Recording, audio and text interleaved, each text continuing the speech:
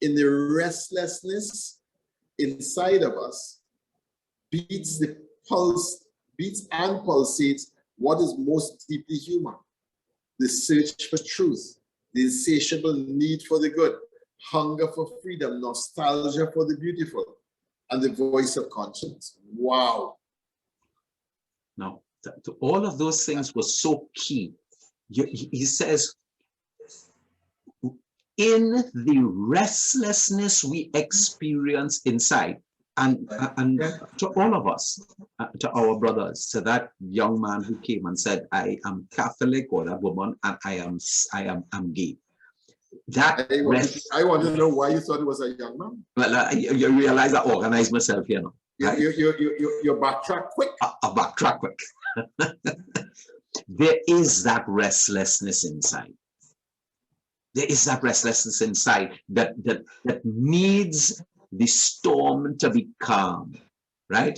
It beats and it pulsates. What is most deeply human is the search for truth. What is God's plan for me? Oh my goodness. What is God's plan for me when I am being ripped aside? What is God's plan for me? Mm-hmm.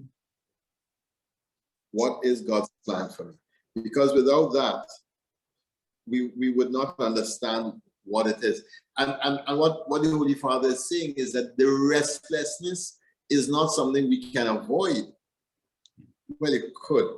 5 minutes after you die, you could get rid of the restlessness and the inner turmoil, and After you die, 5 minutes, then all of that goes. But while we're still alive, and while we're on this planet, the restlessness is part of the human experience. It is inside of us. And that's the impulse for the good, the noble, the beautiful. That's the impulse for freedom. That's the impulse for conscience. How do we then, okay, so I go back to the Catholic. Now I want to jump out of the Catholic, but I want to stay here with the Catholic, because hopefully that Catholic has been, his conscience has been shaped in some way. Hopefully with his Catholic or her Catholic upbringing, there is a voice that speaks to him, a voice that is searching for the truth. And that's it, you know. They're restless, as St. John Paul said, they are restless, but they must have some form of conscience that tells them there is a truth. Don't listen to the world, there is a truth.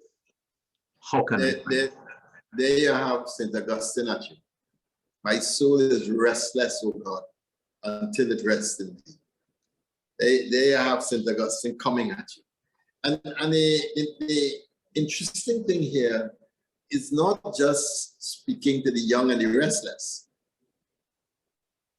because many times people grow past puberty into young adulthood, and then the storms are even greater in young adulthood, greater again in adulthood, when all of your friends are marrying off, and you've seen them forming their families, and you're feeling this sense of being alone. And those are huge storms that people are facing.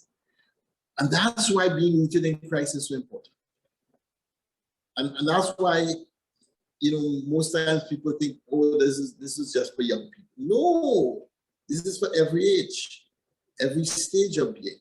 How do we root ourselves more deeply in Christ and allow Christ into our lives in a more profound way, so that as we grow and we develop, that our whole being will be a response to God.